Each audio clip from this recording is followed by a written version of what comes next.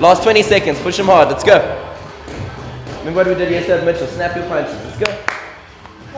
I have classes every morning, so I have boot camp and MMA classes in the morning, and then during the day I probably have about 4 or 5 personal training sessions, and then on Mondays and Wednesdays I teach kickboxing and Taibo classes.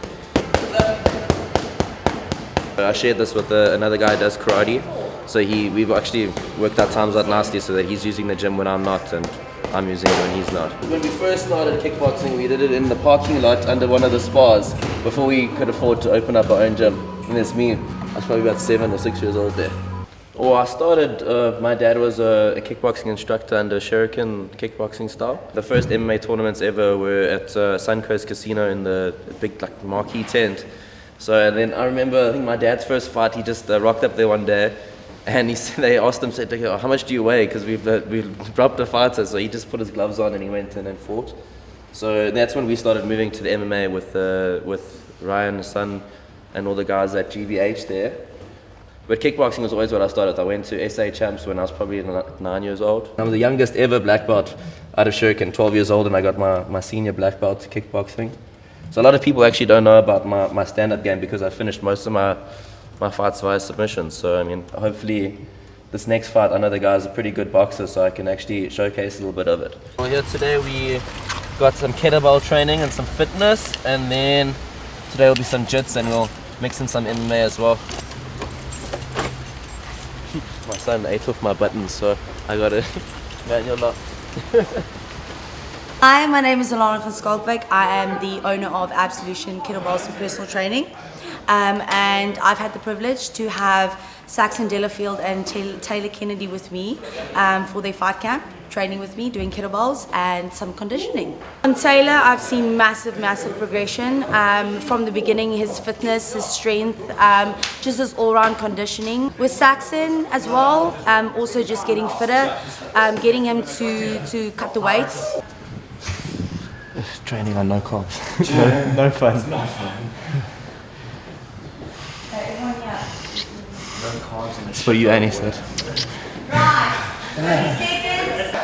Camp's been really good. Probably one of the best camps I've had in my short-lived fighting career.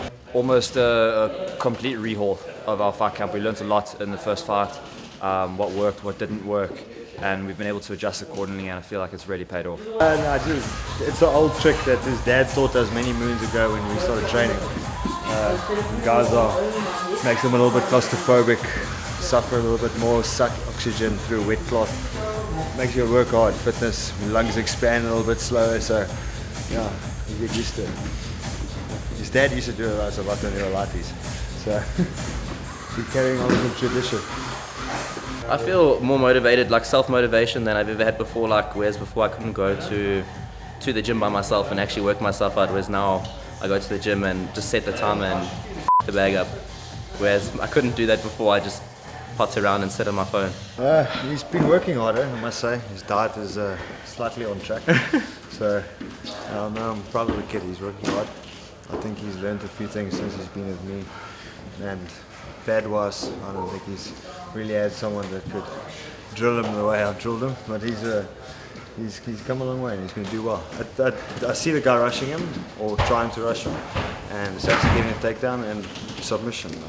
If that doesn't happen and he tries to stand, I don't see it going any other way either. Saxon is super strong, and that's why most of his fights are won by submission. But I've been watching this kid fight people since he was this high, and it's his home to stand and trade.